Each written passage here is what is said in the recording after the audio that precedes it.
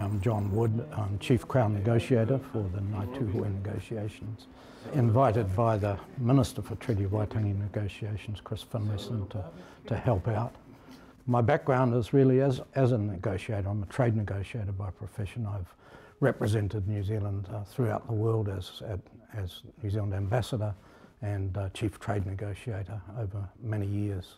I think my generation, people of my age, feel that resolving these outstanding grievance negotiations is our duty to get done in this generation.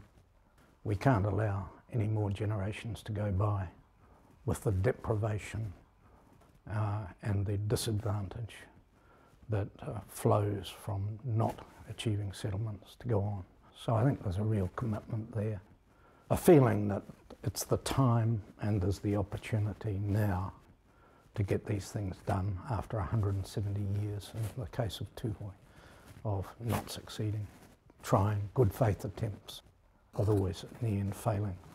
It's a disgrace to our country that there should be areas, parts of the country where deprivation and disadvantage exist to the extent that they do, for example, in the rohe around Te Urewera, and we've got to clean it up.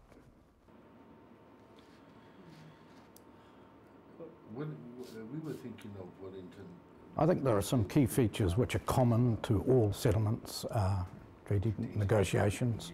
There's the issue of quantum, which in simple terms means money, how much financial redress is going to be given, and that's determined by a range of factors, including the size of the claimant group, the significance of the level and nature of the grievances which have been put forward for redress, and other factors. So in the case of the Crown's final offer to Tuhoe, we have come forward with an offer which is around about $170 million. That's comparable with the largest settlements of iwi and placed in a similar historical position to Tuhoe, and so that seems appropriate and I think has been received as such. There is a second area of these negotiations, which has been the focus of most of the discussions leading to negotiations, and that's in the area of mana motuhake redress, and that has several components to it, of course, but it's all about putting Tuhoe in a position to do the best it can for its own people with its own resources over time, and there are a number of things that are going to contribute to that. We've been very concerned with social services delivery, and again, rather uniquely to this set of negotiations, have come up with a service management plan whereby the key Crown agencies in Wellington undertake to work with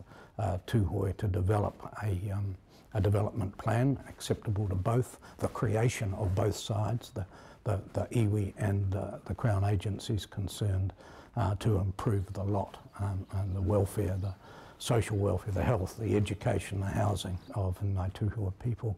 So that's been a very important component. That's done, that work is in the execution phase now, so that's been very positive and I think well received. The key, very unique and central feature of putting Tuhoe in that position to do the most it can for itself and its people has been, what do we do about Te Urewera, the homeland, Tuhoe's place to stand, the place where it finds its historical, cultural roots and from which it has been disconnected by acknowledged breaches of the treaty by the Crown for a very long time. And so we've had to be extremely innovative and working through with Ngāi Tuhoe negotiators, listening very patiently to each other about what each side wants from that discussion, why they want it, and if they got it, would that deliver on the aspirations of both the iwi and the Crown for the outcome of these negotiations.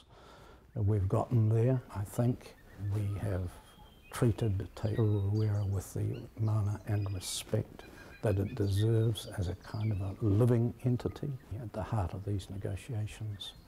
So that's been, I think, not only innovatory, but I think hugely encouraging to all those involved. We need to put to rest the anguish and disappointments of the past and welcome the responsibility to shape our own destiny. We choose to have Tuhoe and Tuhoetanga to be enduring and permanent things, and that the way we do that is to be self-governing and not to be owing to anyone.